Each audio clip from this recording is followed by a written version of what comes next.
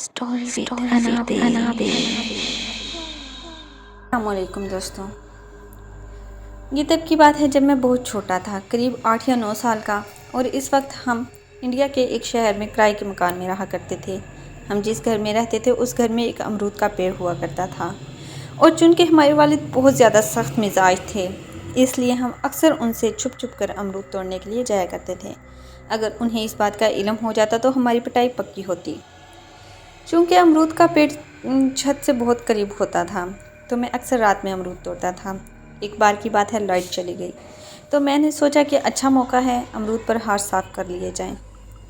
مگر جیسے ہی میں پیڑ کے قریب پہنچا، مجھے کوئی سفید لباس میں کوئی امرود کی ڈالی زور زور سے ہلا رہا تھا، جیسے نیچے کوئی امرود گرنے کا منتظر ہو۔ عموماً میں ڈرنے والوں میں سے نہیں تھا، اس لیے میں چپ چاپ نیچے چلے آیا۔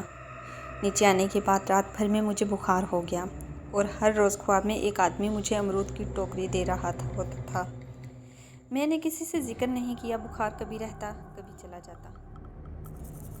آپ لوگوں کو ایک بات بتا دوں، ہمارے والد محترم عامل ہیں، ہمارے گھر میں بے شمار کتابیں ہیں ان چیزوں کو لے کر۔ خیر، میں نے خواب کا ذکر اپنی والدہ محترمہ سے کیا۔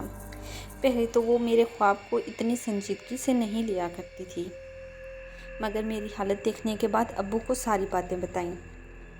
ابو کچھ پڑھ کر دم کیا اور پھر جمعرات کو ایک نیوی بلو رنگ کا دھاگا منگوایا اور میرا سر سے لے کر پیر تک ناپ لیا، اور پتہ نہیں کتنی بار اس کا تاء بنایا، پھر اس پر کوئی دعا پڑھی، اور پھر مجھے ہاتھ میں اس دھاگے کو رکھنے کا حکم دیا، وہ بھی ہاتھ بند کر کے۔ پھر میرا دوبارہ ناپ لیا تو دھاگا چھوٹا ہو گیا۔ ابو نے غصے میں پوچھا تو میں نے ڈر کر امرود والی بات بتا دی۔